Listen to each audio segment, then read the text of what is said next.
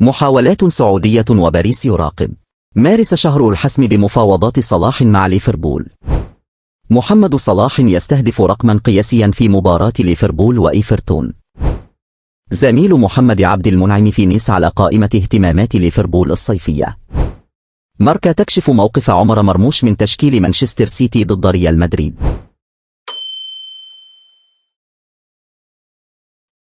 كشف مصدر داخل نادي ليفربول أن شهر مارس القادم سيكون الحاسم في مفاوضات الفريق لتجديد عقد محمد صلاح. وقال المصدر في تصريحات خاصة إن شهر مارس ربما يكون شهر الحسم في قصة مفاوضات ليفربول وصلاح بشأن التجديد.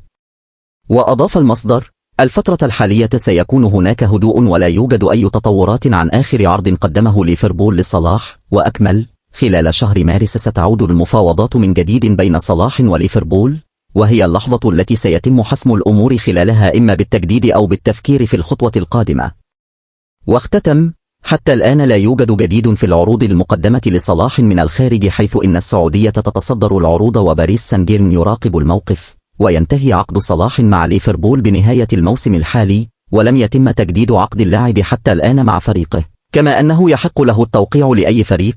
وشارك صلاح في 34 مباراة مع ليفربول في كل البطولات هذا الموسم، سجل خلالهم 26 هدفا وصنع 18 هدف. محمد صلاح يستهدف رقما قياسيا في مباراة ليفربول وإيفرتون. يستهدف نجم فريق ليفربول محمد صلاح إنجازا مميزا في مباراة الأربعاء ضد خصمه إيفرتون في بطولة الدوري الإنجليزي الممتاز. ويستضيف ملعب جوديسون بارك مباراة الفريقين المؤجلة من الجولة 15 من الدوري الإنجليزي موسم 2024/25. ويتصدر ليفربول جدول الدوري الإنجليزي برصيد 56 نقطة بفارق 6 نقاط عن أرسنال صاحب المركز الثاني.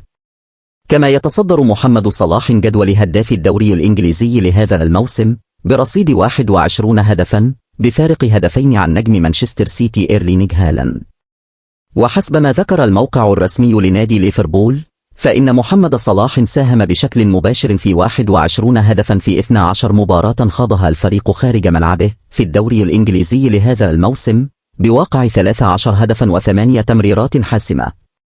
وأوضح أن ذلك يعد أكبر معدل للاعب مع فريقه خارج ملعبه في موسم واحد في تاريخ الدوري الإنجليزي، متساويا مع أندي كول لاعب مانشستر يونايتد السابق في موسم 1993/94 12 هدفا و9 تمريرات حاسمة. وفي حال تمكن محمد صلاح من التسجيل أو الصناعة في مباراة الغد، سيفك الشراكة مع أندرو كول وينفرد بذلك الرقم القياسي المميز في تاريخ البريمير ليج. زميل محمد عبد المنعم في نيس على قائمة اهتمامات ليفربول الصيفية.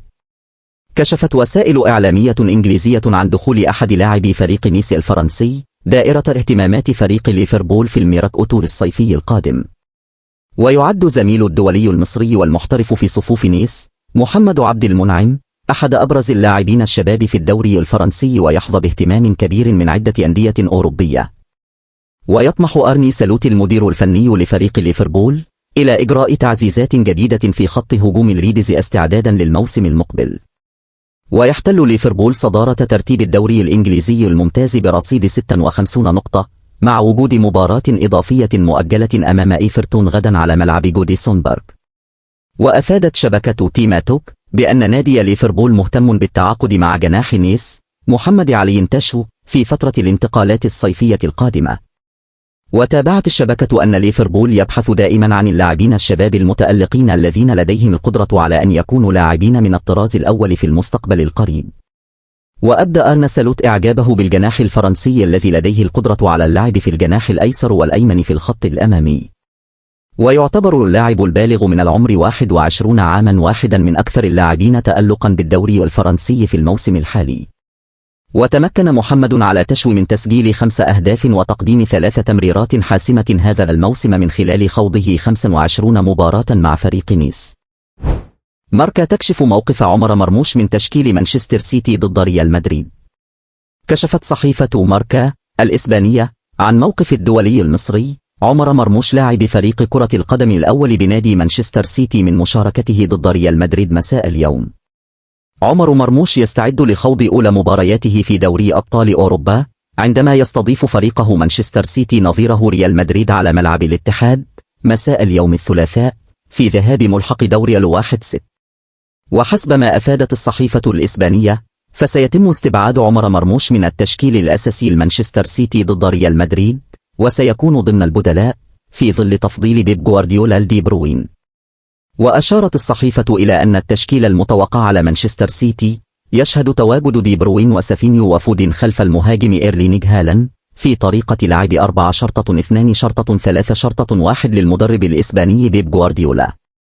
وسيكون مرموش إلى جانب جريليتش وجندوجان على مقاعد البدلاء حسب ما أفادت ماركا، في انتظار التشكيل الرسمي الذي سيتم الإعلان عنه قبل حوالي ساعة من جانب جوارديولا.